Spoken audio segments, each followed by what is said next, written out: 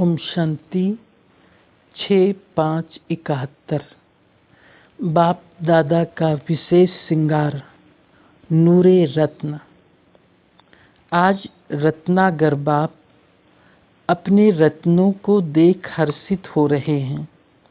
देख रहे हैं कि हर एक रत्न यथाशक्ति पुरुषार्थ कर आगे बढ़ रहे हैं।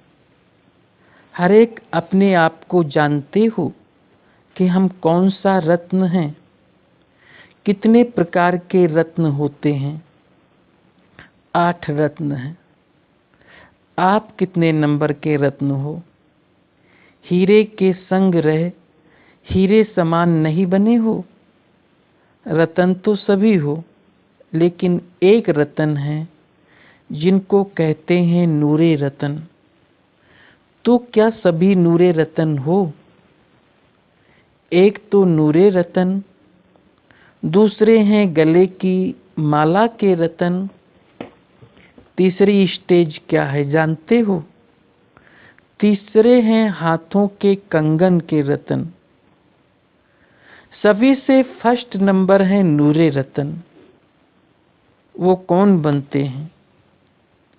जिनके नैनों में सिवाय बाप के और कुछ भी देखते हुए भी देखने में नहीं आता।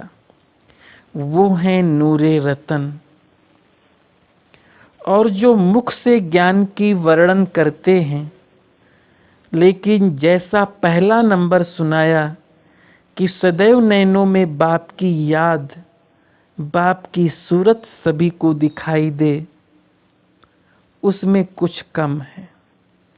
वो गले द्वारा सर्विस करते हैं, इसलिए गले की माला का रत्न बनते हैं।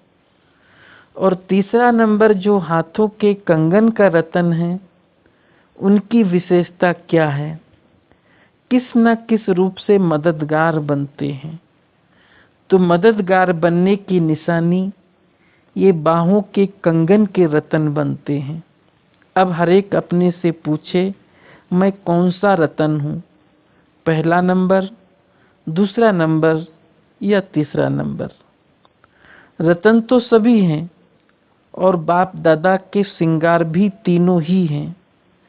अब बताओ कौन सा रत्न हो? नूरे रत्नों की जो परख सुनाई, उसमें पास विद ऑनर हो। उम्मीदवार में भी नंबर होते हैं। तो सदैव ये स्मृति में रखो कि हम बाप दादा के नूरे रत्न हैं। हमारे नैनों में व नजरों में और कोई भी चीज समा नहीं सकती। चलते फिरते, खाते पीते, आपके नैनों में क्या दिखाई देना चाहिए? बाप की मूरत व सूरत। ऐसी स्थिति में रहने से कभी कोई कंप्लेन नहीं करेंगे। जो भी भिन्न भिन्न प्रकार की परेशानियां परेशान करती हैं और परेशान होने के कारण अपनी शान से परे हो जाते हो, तो परेशान का अर्थ क्या हुआ?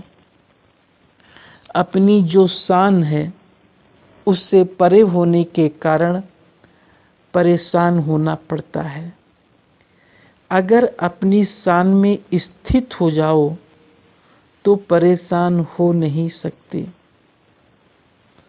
तो सर्व परेशानियों को मिटाने के लिए सिर्फ शब्द के अर्थ स्वरूप में टिक जाओ, अर्थात अपने शान में स्थित हो जाओ, तो शान से मान सदैव प्राप्त होता है। इसलिए शान मान कहा जाता है। तो अपनी शान को जानो। जितना जो अपनी शान में स्थित होते हैं, उतना ही उनको मान मिलता है। अपनी शान को जानते हो? कितनी ऊंची शान है। लौकिक रीति भी शान वाला कभी ऐसा कर्तव्य नहीं करेगा जो शान के विरुद्ध हो। अपनी शान सदैव याद रखो, तो कर्म भी शानदार होंगे और परेशान भी नहीं होंगे। तो ये सहज युक्ति नहीं है परेशानी को मिटाने की। कोई भी बुराई को समाप्त करने के लिए बाप की बड़ाई करो। सिर्फ एक मात्रा के फर्क से कितना अंतर हो गया। बुराई और बड़ाई, सिर्फ एक मात्रा को पलटाना है। ये तो 5 वर्ष का छोटा बच्चा भी कर सकता है।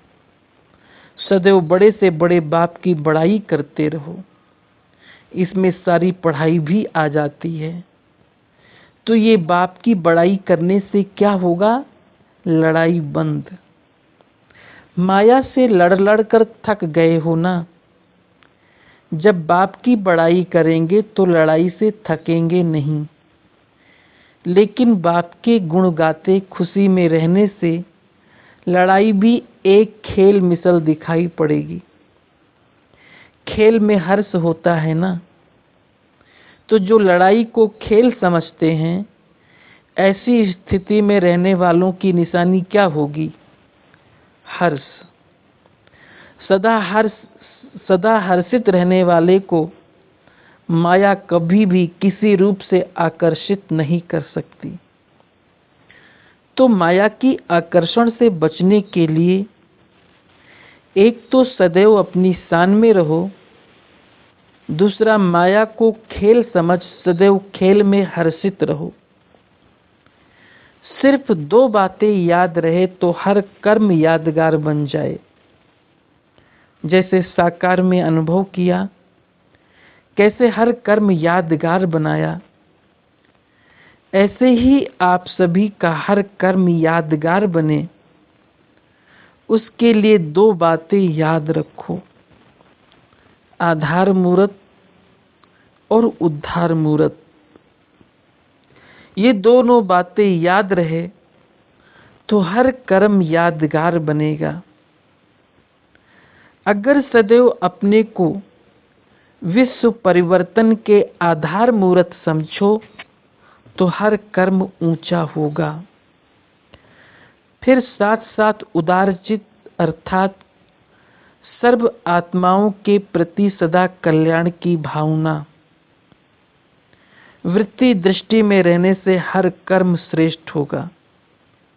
तो अपना हर कर्म ऐसे करो जो यादगार बनने योग्य हो। ये फॉलो करना मुश्किल है क्या? म्यूजियम सर्विस पर पार्टी जा रही है। त्याग का सदैव भाग्य बनता है। जो त्याग करता है उसको भाग्य स्वतः ही प्राप्त हो जाता है। इसलिए ये जो बड़े से बड़ा त्याग करते हैं, उन्हों को बड़े से बड़ा भाग्य जमा हो जाता है। इसलिए खुशी से जाना चाहिए सर्विस पर। अच्छा, ओम शांति।